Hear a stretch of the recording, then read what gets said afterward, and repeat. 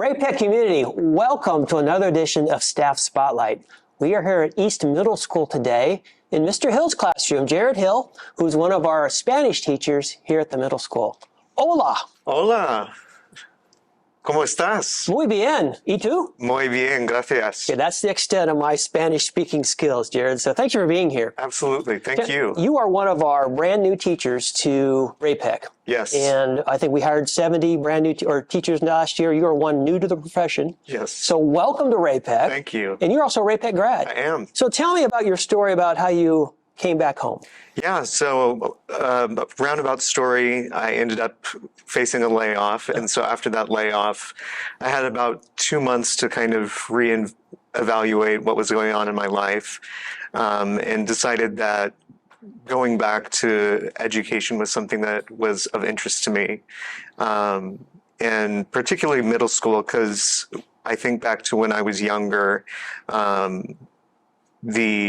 the teachers that I had definitely unleashed the potential that I had in myself. Awesome.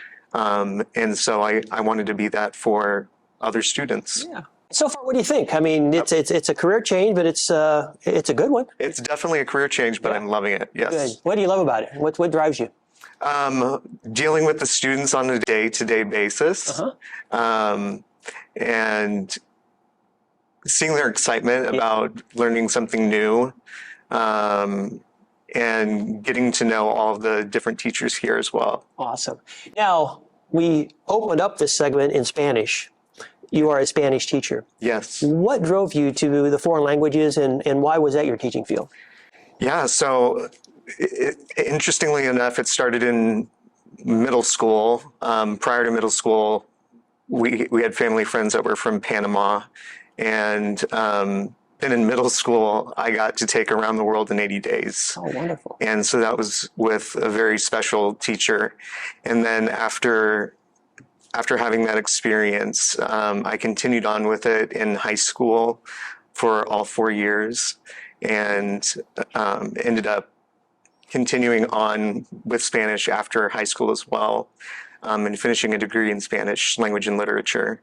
And for 5 years, I guess I led the Latin America portfolio for a market research firm. Oh, wow. Yeah. So bringing that kind of outside knowledge into the classroom is what I did. Yeah. And not only that, you mastered the language, but you also mastered elements of the culture, too, of Latin America. So you bring those experiences to the classroom as well. Yeah.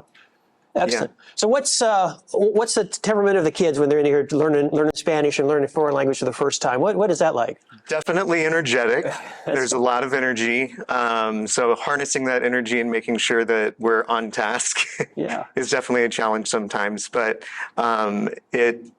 it's interesting to see from the opposite side of the table how people learn language and how they engage with it, for sure.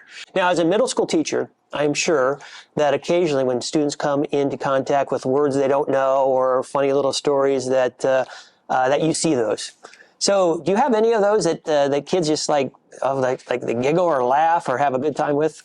I've shared some interesting occurrences for me when I was translating early on.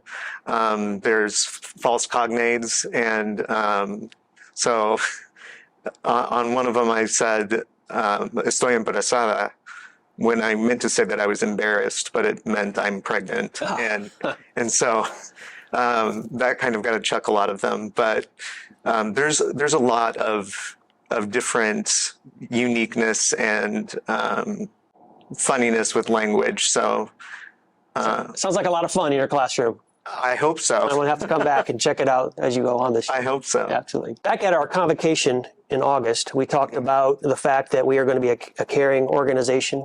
We're going to help kids do hard things, and we're going to be an innovative community as well. So I like to focus on the care of kids. So when you come into the classroom, you are a brand new teacher.